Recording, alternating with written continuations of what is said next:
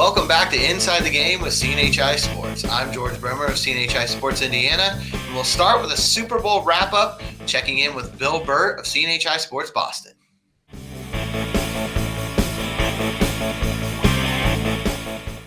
All right, back with our weekly spot with Bill Burt. Bill, little Super Bowl recap here. I think the thing everybody's talking about, Todd Bowles and this Tampa Bay defense.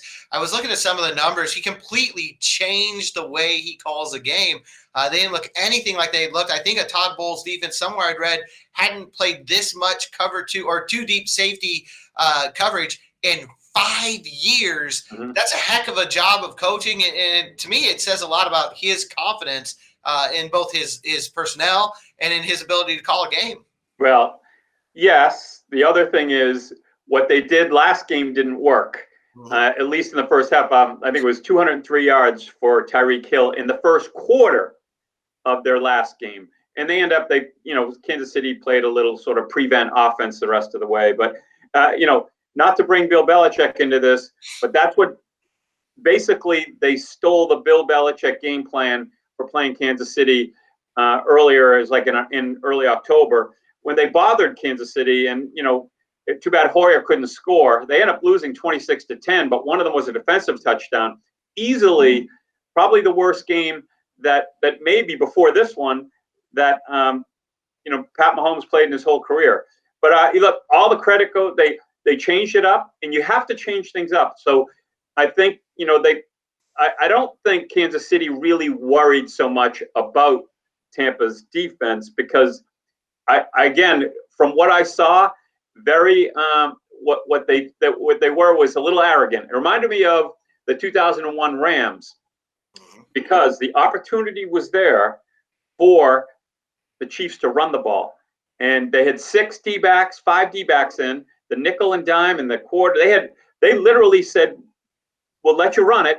And they said, "No, we're not going to run it. We're going to throw it because that's what we do." Well, no, you don't do that. When you can gain 8 yards a carry because you got safeties and corners tackling running backs, you got to make the adjustment. And they never did.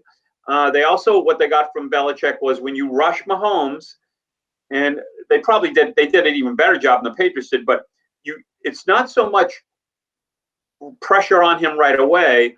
Take away his first look, and then make him be uncomfortable in the pocket. He's a lot like Aaron Rodgers. They're very similar.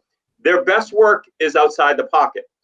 They can throw in the pocket. They're obviously great passers, but you make them feel a little uncomfortable, take away the first look, play deep on Tyreek Hill, and you take away the big play because what happens is Tyreek Hill is the fuel that gets that team going, the entire team. When he makes a big 37-yard play, an 80-yard play, a touchdown, when he runs across the field and has 16 players and fans and coaches chasing him, that's what electrifies the Chiefs. And they had none of that. It was all Bucs. And we saw the Bucs play a couple of horrible games this year, both against New Orleans, where they got destroyed, even the first half against Kansas City.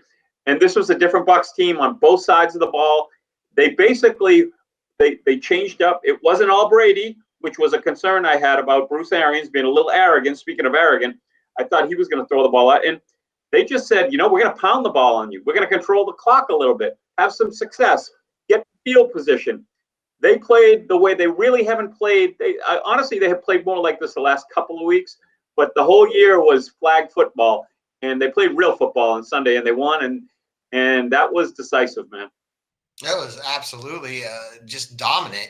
And I think it's interesting. You talked about it. People say all the time that the toughest team usually wins a football game, and that holds true almost all the time. The Bucs were more than willing to pound that ball on the ground. Their defense was obviously incredibly physical and getting the job done. But how much you touched on a little bit, how important was that Tampa Bay running game to winning on Sunday? Yeah, I see. Look, I when this offseason started, last offseason, I thought Belichick would go after a Leonard Fournette. He reminds me of and it's going to hit me. But what Belichick likes to do is the 4 or 5 yard LeGarrette Blount for the Patriots is 4 yards, 3 yards, 6 yards, 4 yards, and it's when you do that a lot, it sort of beats the heart out of the defense. And you look, Fournette had a couple of nice runs where he didn't get a lot of yards, but he bowled over a couple of defenders. And at some point, as we saw with Matthew, they don't want to tackle anymore. And they're sort of, they're secondary. Like, they're like, all right, I'll help out if you got them. And I was impressed. And I didn't know if Arians had it in him. But I think Brady had a lot of say in this because, the talk was they were 7-5 entering the break, their break, which is week 13, which is when they got their week off. And that's when the season, I think Brady probably said, all right, let's play a little bit more of the football I'm used to, a little more ball control, first downs, field position, and then let me make the throws because we do have the guys. It's not great for stats. You're going to have Antonio Brown making 2 catches. Can you withstand that? I don't know. He couldn't do it on any other team. He did it on that team. Same thing. Honestly, every receiver there, Godwin, he really did. I was expecting a big day out of him. He got 2 looks the whole entire game. So it's Brady looked like Brady, and that offense looked like the Patriots offense, to be honest with you. And all the power to him. And to the opposite, which we'll talk about, very disappointed in Kansas City on both sides of the ball. And I expected more of this early in the year, so I'm shocked. I was surprised that they played so good so long, but they played with fire the whole year, and I caught up to them.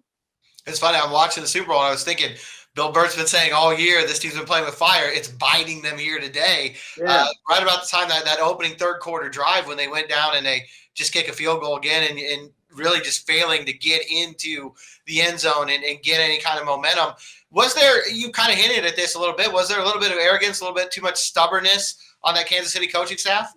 Well, what happens is we anoint people before they actually have earned it, like Hall of Fame, greatest ever. And Pat, look, I will say this. The best player in the NFL is Patrick Mahomes. Even in defeat, yes, the throws he makes when he's not even looking, I don't know if he does have eyes behind his head. He is electric. He's the best player in the NFL.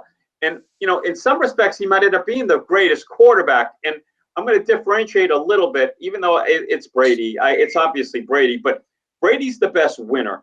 Brady just knows how to win games, and it doesn't look half as good as what Mahomes did. But I'm very disappointed in the Chiefs. They didn't adjust. They didn't adjust on both sides of the ball. This game reminded me of the Patriots-Giants game in 2007, which I wrote it right about this week.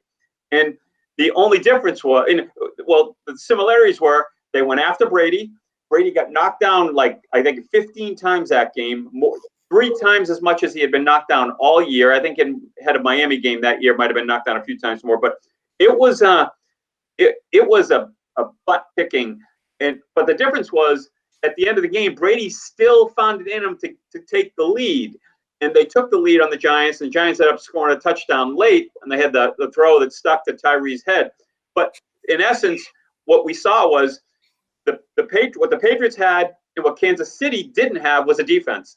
Patriots defense was still, and it wasn't a great defense back then, but it was good enough. And again, I'm very disappointed in the Chiefs. We anointed Andy Reid, and I've written this a couple times. 2 Super Bowls is really the number, and no one's done it. There's no one in the league other than Roethlisberger who's won 2 Super Bowls. No head coach, no quarterback. And we got another one. We got Andy Reid. We thought it was 2, and I did too. And Patrick Mahomes, I would have bet on both of them. This is a hit, man. I'm going to tell you, the Patriots figured something out, and the Bucs figured something out. When they play, Tyreek isn't just going to be able to run all over the place anymore. Everyone's going to copy this. They got to get a defense too. And their salary cap situation, because of all the money they put in offense, is not in great shape. So everyone's just going to say, hey, Kansas City's going to the Super Bowl because of Mahomes. And I sort of understand that, but nope, not that easy. I'm with you 100%. I still can't believe the one that really sticks with me. He was falling forward, and he somehow gets that ball 25, 30 yards up to the goal line. It hits his receiver in the face mask. Physics tell me you can't do that. I don't really know how that happened. But that being said, I was just about to ask you. You kind of touched on at the end of that. How big of a deal is this for Kansas City? Now, when I go back and I look at teams that get blown out in the Super Bowl, teams that get blown out in the conference championship games, it's really hard to bounce back that next season and just pick up where you left off. So here's the deal. There's been 2 teams in the last 25 years that have lost a Super Bowl and come back. Well, more than 25. It was the Buffalo Bills. They did it 3 times. Since then, the Patriots. And they did it. They lost against Philadelphia, and they beat the Rams 2 years ago. It doesn't happen. You know why it doesn't happen? Because you're usually you're exposed. And it's like the loser of the Super Bowl. You don't want to lose Super Bowl. Well, hell, we can even say winning the Super Bowl is hard because that the only team to go back over this last 2 decades has been the Patriots. They did it in 2003, 2004. I mean, the bet. You know what the big bet is? I'm going to let all the listeners out there know. Bet on both those teams not making the playoffs. I'm not making the Super Bowl next year because everyone's picking them. They're 1 and 2 in odds. I think the Packers and Bucks were tied. I say they're both not going to make it next year. As much as time, what happens is, and listen, I've seen it through the Patriots. When you win a Super Bowl, there's something about the commitment. You basically you go, you know what? I won one. I don't know if I want to do this again. I worked so hard last year. I have a family. I gave them to the team last year. We won a Super Bowl. I don't know if I can do it again. And Bill Belichick's one of the rare people probably, but he's even struggled. They after every year they've gone to a Super Bowl, for the most part, they struggled the year after. So it's a constant problem. But right now, I'm saying Kansas City is going to be an 11-5 team trying to find its way next year. I would not be surprised about that. I think it's going to be interesting to see how the AFC shakes out. You know, we don't know what the situation is in New England. We don't know what the situation is quarterback-wise in Indianapolis. Tennessee's on the rise. Buffalo's on the rise. Maybe Cleveland's on the rise. Baltimore's got a lot of pieces together. I think it's going to be a really interesting race. The NFC was interesting this year, and I think will continue to be interesting. We can get to that, though, in the weeks to come. Mm-hmm. Wrapping up this week, Tom Brady, 7 titles, amazing. 10 Super Bowl appearances. He just, every time you think you've seen the most incredible thing he's done, he goes out and he does something else bigger. He looked like he was very happy at the championship party on Wednesday at the parade. What do you make of Brady at this point in his career? And does he have enough? Can he win an 8th ring? Yes, he could win another one. And look, he got lucky. He fell into a great situation. Now, he helped the situation because when he got there, and that's a story I'm working on, every player to a man said, I rose my game. I'm afraid of him. And I'm not afraid of him per se that he's going to beat me up, but this guy knows how to win. And if I'm not doing my job, Mike Evans, perfect example. He said, you know what? I stepped up my game. This guy sort of scared me. I see him walk by me and I see what his resume is. And I said, I better step up my game. And we talked a lot about that. I really believe that. But, here's the other thing. And this is the one fallback that I think hurts the Patriots going forward. The one thing you had with Brady is Gronk, Antonio Brown, Ndamukong Suh, and Leonard Fournette. All 4 of those guys went to Tampa for one reason. Tom Brady. So Brady, and look, I said this before, Sue, this is the first year Sue didn't step on somebody's neck or rip their leg off. And you know what? He acted like a professional all year. Guess what? Tom Brady's got a way of doing that. And it's already his team. I still say it's going to be hard to repeat, but Brady is special in so many ways, not just because let's be honest, I said it before, my MVP was probably Devin White. He was amazing, 12 tackles, had 2, almost had 2 sacks. He forced, he was all over Patrick Mahomes. He had the interception late. But the defense really was the key. Now, Brady had a really good game, couple of good, both passes, of course, to Gronk. I wrote 10 things to watch. You got to watch Gronk. Now, I don't want to sit here and say I picked Tampa to win, but I did say this. I am not betting against Brady. So I would not bet on that game. I liked Kansas City, and I was wrong. And I did pick Brady to win the Super Bowl at the beginning of the year. I think when we started this mess, I changed my mind 16 times, which was a mistake. I got to get more of you because you always stick with the pick you had, even if you don't like it. And I probably would have been rich if I did. But it was a heck of a year. And my hat's off to Tom Brady. I've seen him do some great things. And what he did as a leader, I think, lifting this team up was more impressive what he did on the field. No, they changed culture down there. To me, it's stunning to think they had not been in the playoffs since 2007. They hadn't won a playoff game since 2002, 2003, wherever you want to call that Super Bowl falling. To come in, and it was basically like Tom Brady just said, "You guys want to go win a Super Bowl? Come on, let's do it." And it happened. It's amazing. The easiest Super Bowl win he's had is this one. None of them with those great Patriot teams. This was his easiest. And I'm not saying it was easy technically, but it was the easiest. 31-9, 3 field goals. Brady was sharp. Didn't really threw one bad pass. He got picked off, and they it was a penalty. I don't know. He might have known the seeing the flag, but my hat's off to him. He is an incredible. He's a leader. In my opinion, he's right there with Bill Russell as one of the greatest winners in all sports history. Something in water, obviously. Yeah. Something up there that creates these kind of winners. Thanks a lot for your time, Bill, and we'll do this again next week. Yeah, let's do it next week. There's a lot of quarterbacks out there. We need one here in New England, and God, you guys, there's a couple good ones. And there's one crazy one that I hope you guys aren't going after, but we'll talk about that later. No problem. Thanks a lot, Bill. All right, take care. Best to the family. Thanks as always to Bill. You can follow his off-season coverage at Burt Talks Sports. You can follow my Indianapolis Colts coverage at GM Bremer. Now let's check in Big Ten country with Kevin Brockway of CNHI Sports Indiana and Elton Hayes of CNHI Sports Pennsylvania.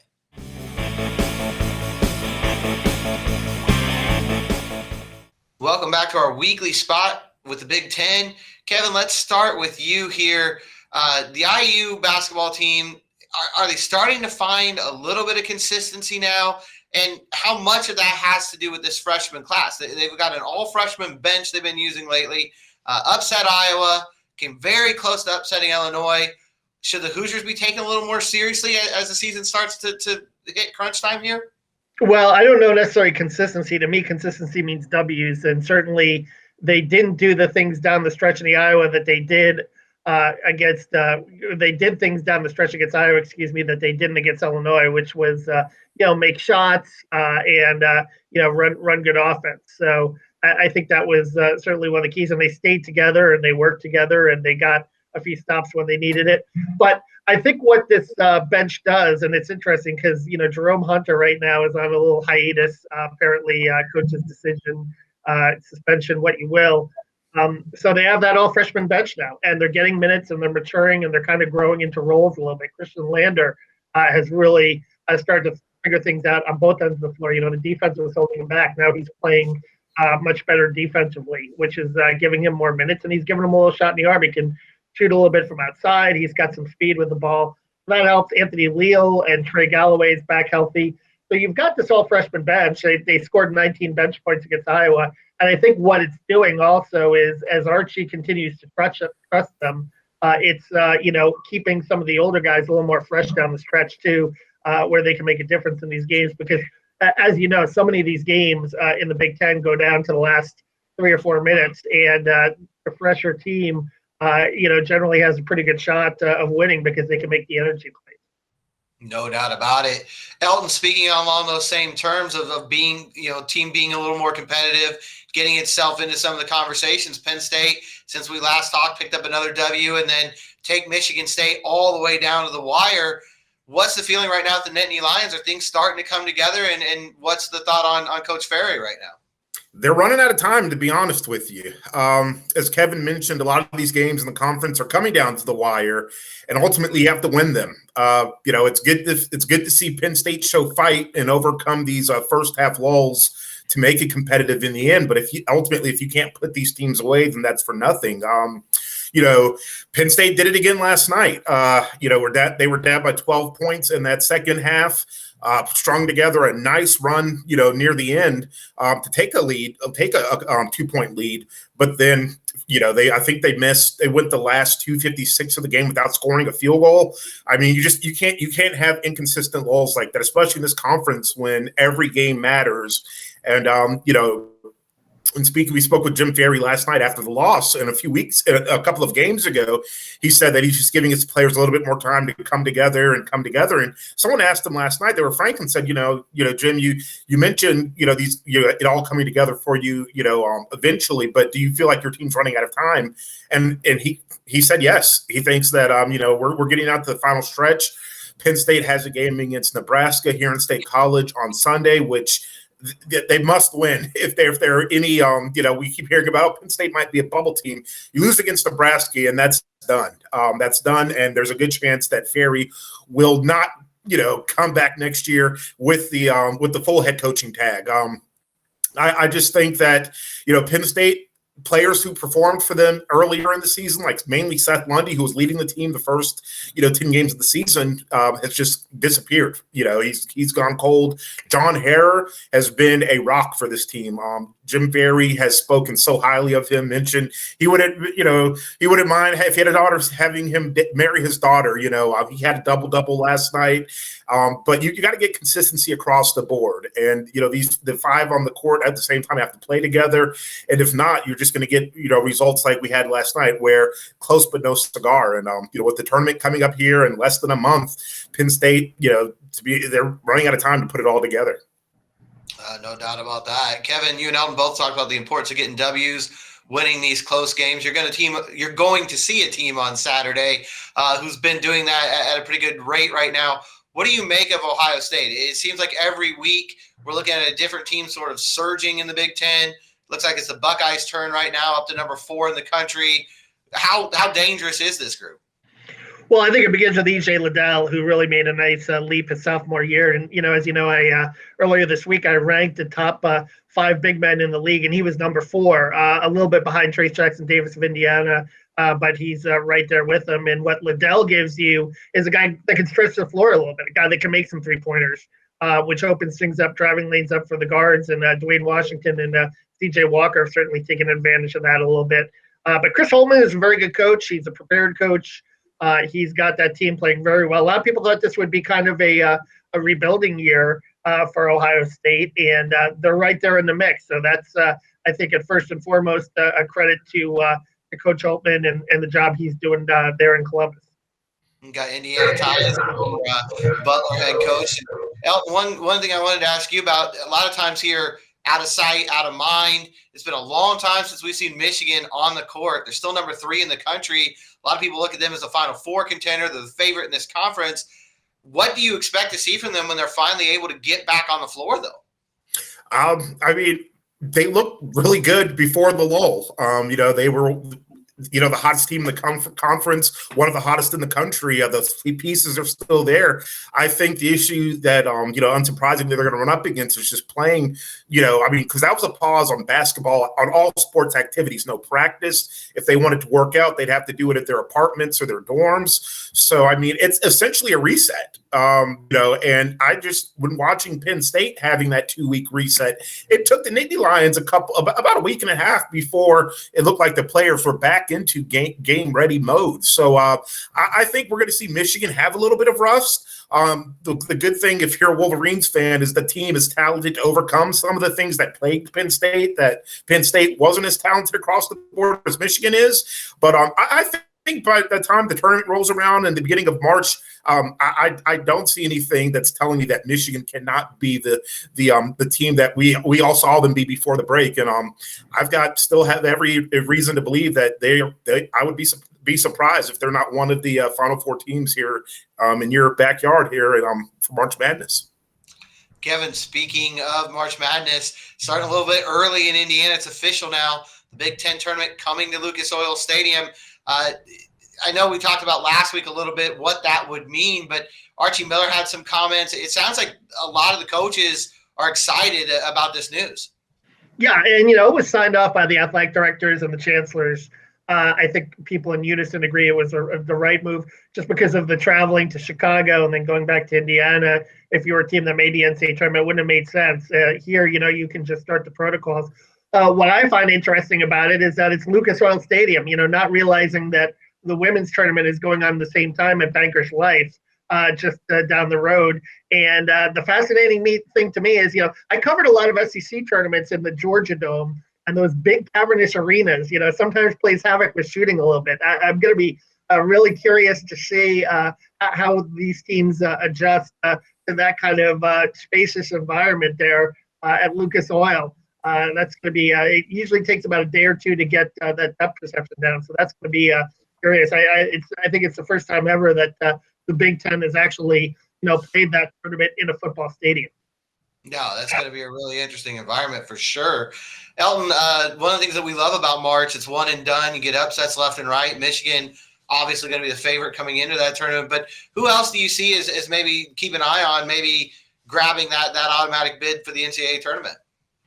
Out of the contenders or some dark horse teams? Some dark horse teams.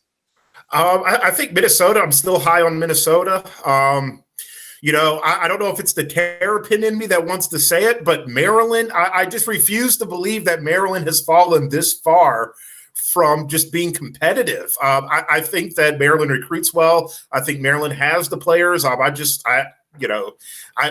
Unlike every other team in the country is dealing with the COVID, the issues and the challenges that come with that. So maybe that's something that Maryland can kind of try to shake off.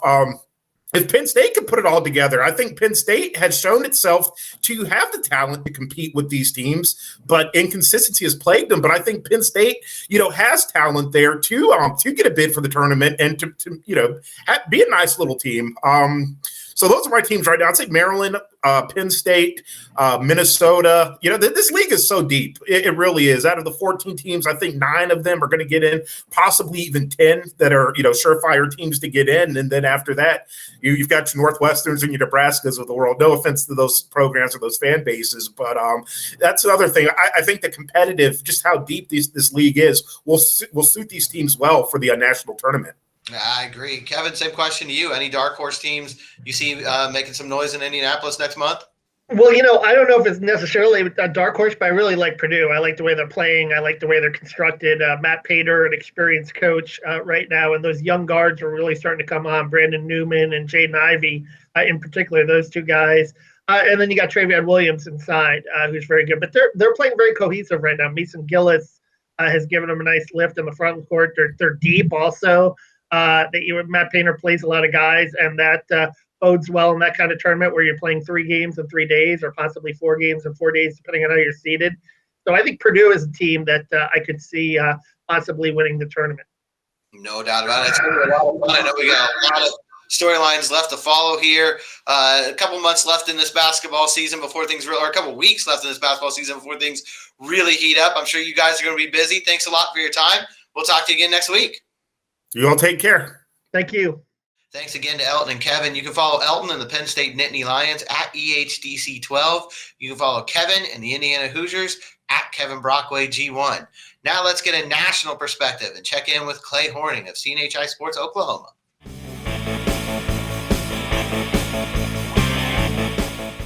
Welcome back to our weekly spot with Clay Horning. And Clay, it was definitely a Super Bowl for the aged. Tom Brady, the oldest quarterback, breaking his own record to win the Super Bowl. Bruce Arians, the oldest head coach ever to win the Super Bowl.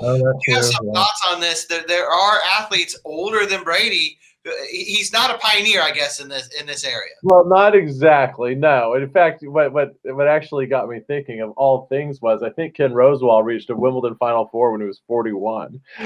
but that was like 68, 69. That's random. But I knew that there were some others that I thought might make good fodder, and I think it's going to be what I write about for my national column. But Chris Chelios played 26 seasons in the NHL as he played until he was 44, 45. But as a 40-year-old, he led the league in plus minus, which in hockey is a slightly different stat than basketball, but it's even strength goals, take power plays for either team out of it, even strength goals for your team minus even strength goals for their team. He led the league with a plus 40, so that's pretty cool. Okay, Satchel Paige. Now we're not messing around. He was 59 years old in 1952. No. He was in as a 59-year-old. He was born in 06.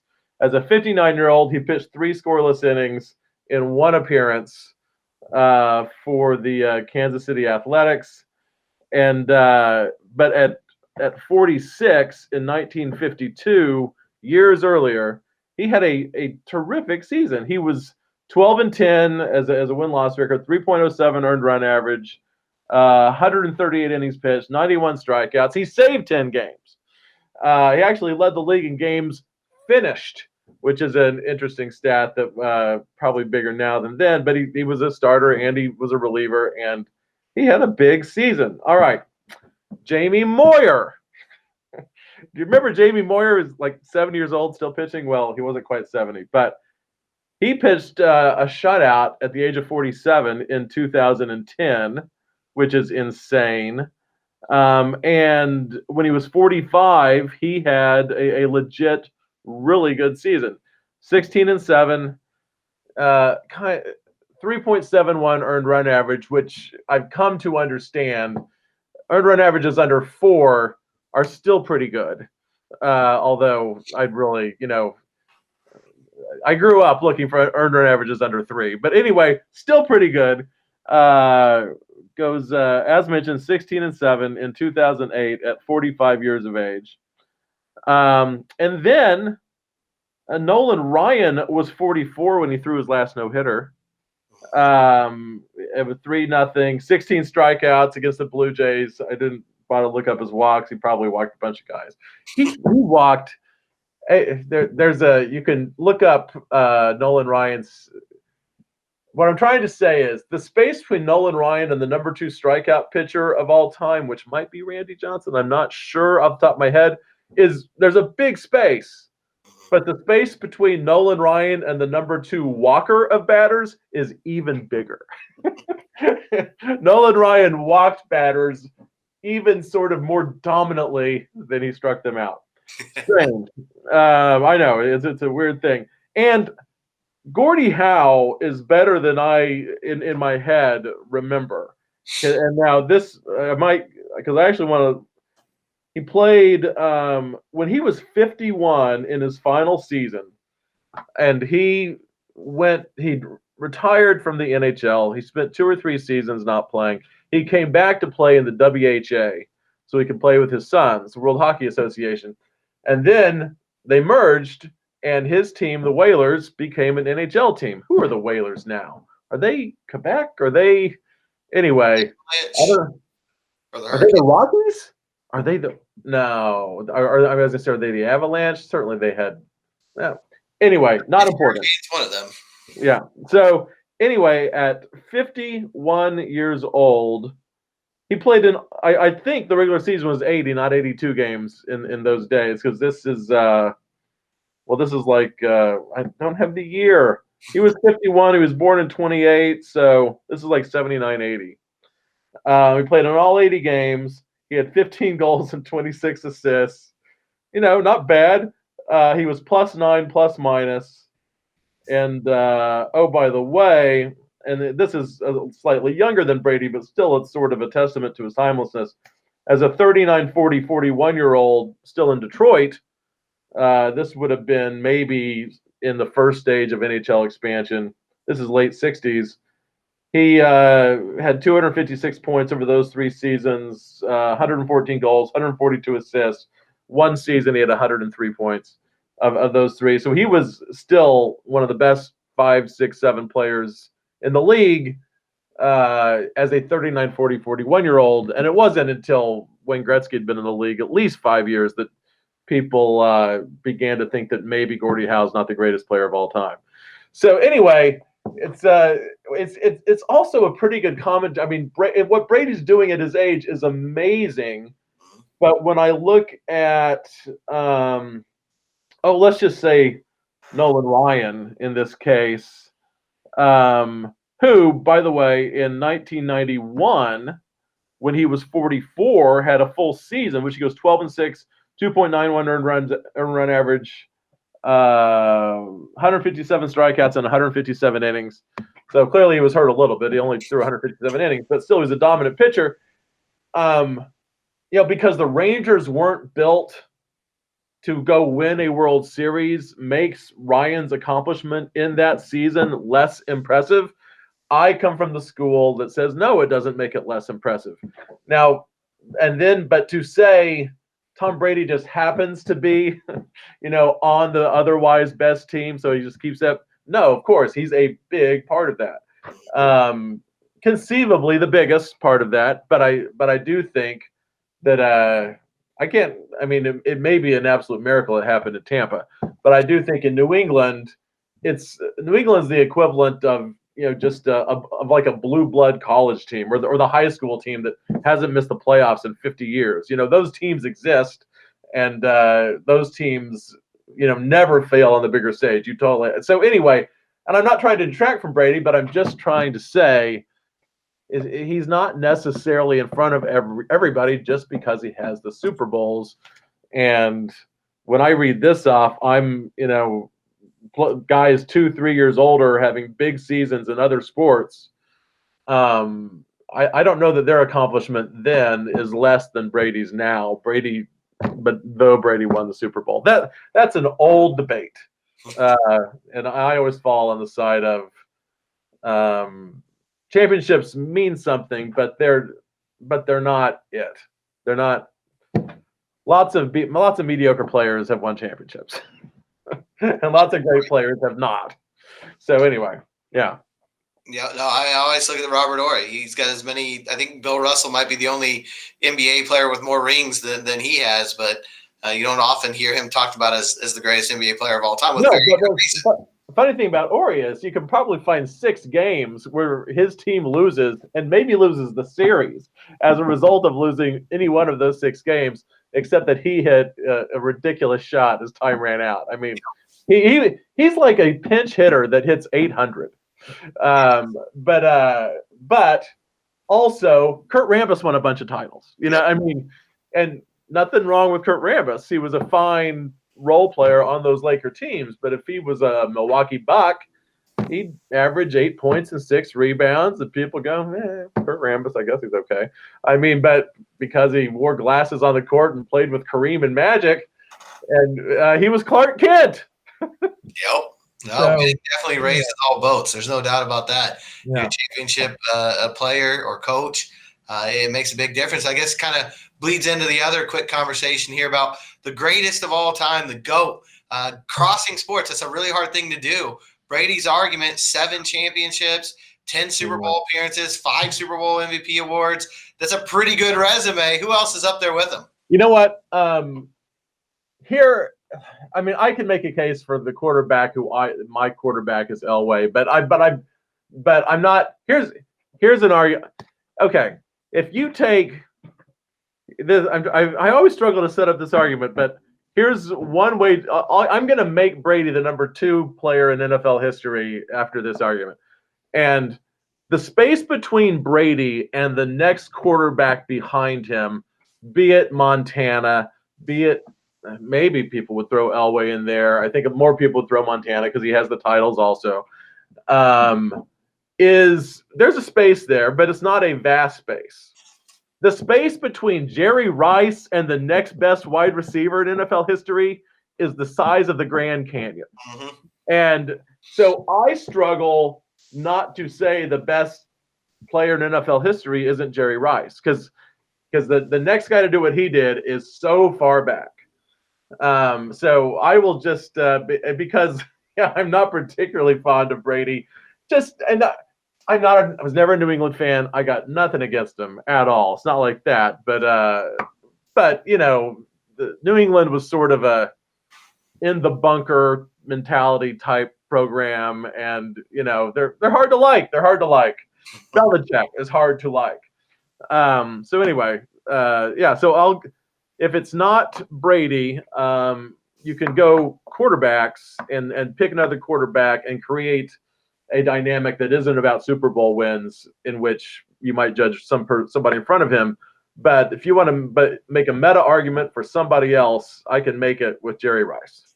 I agree. Jerry Rice is outstanding. I don't know that he gets. It's hard to say a guy like that's underrated, but he very well may be. We are out of time this week, unfortunately. Okay. Thanks a lot, as always, for your time, and we will talk to you again next week. Well, let's hit GOATs for other sports next time, quickly, and then because that's a lot of fun. All right, very good. I enjoyed it. Thanks a lot, Clay. You bet. See you later. Thanks, as always, to our national columnist. You can follow him at Clay Horning, and thanks again to all of you. We'll go inside the game again with you next week.